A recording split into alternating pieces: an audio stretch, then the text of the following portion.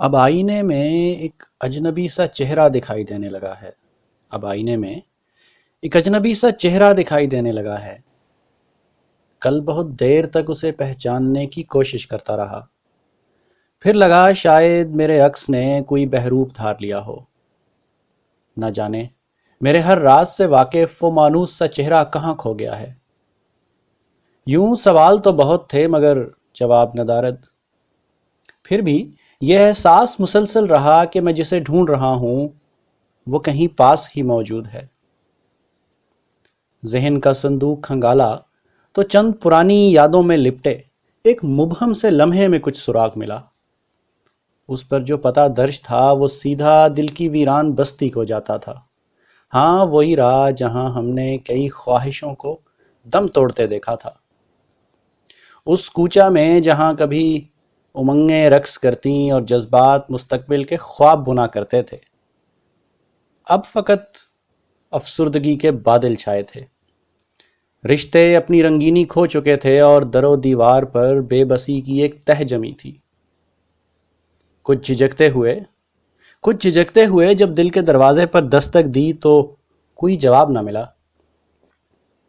مگر بجھی ہوئی دھڑکنوں میں زندگی کے چند آثار موجود تھے، جیسے بجھی ہوئی راکھ میں کوئی چنگاری۔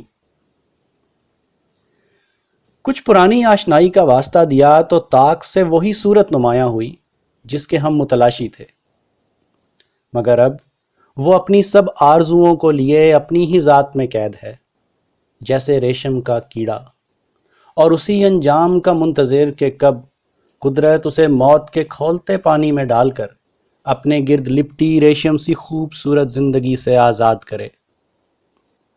خیر، ہم بوجھل قدم لیے واپس لوٹ آئے کہ نہ تو مڑ کر دیکھنے کا حوصلہ تھا اور نہ ہی کہنے کو کچھ۔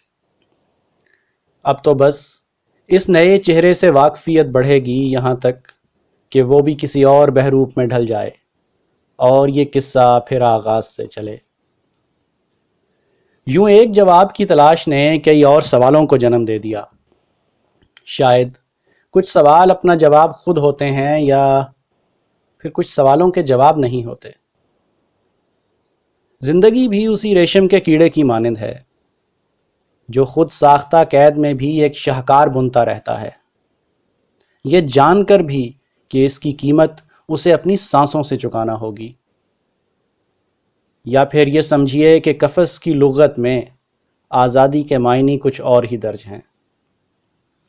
کھو گئی ہے سفر میں وہ جو ساتھ تھی تابندگی، کھو گئی ہے سفر میں وہ جو ساتھ تھی تابندگی، خیال میں کسی کے ہوں مجھے مت پکار زندگی۔